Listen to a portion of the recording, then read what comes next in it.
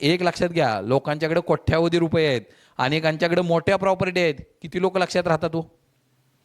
कोविडमध्ये किती गेली आणि किती किती गेली, किती लोकांच्या लक्षात राहिलेत?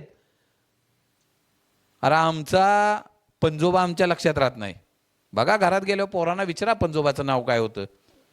काही दिवसच भिंतीवर फोटो राहतो. घरात नवीन सून आली की फोटो पण निघतो.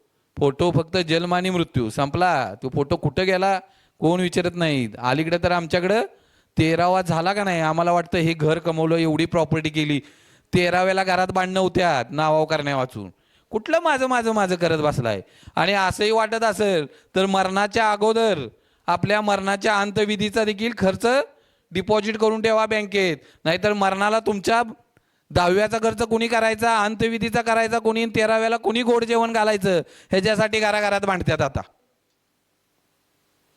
कुठल्या भ्रमात राहतो आम्ही, हे सगळं असंच आहे तसंच आहे. नाही होत. लक्षात घ्या,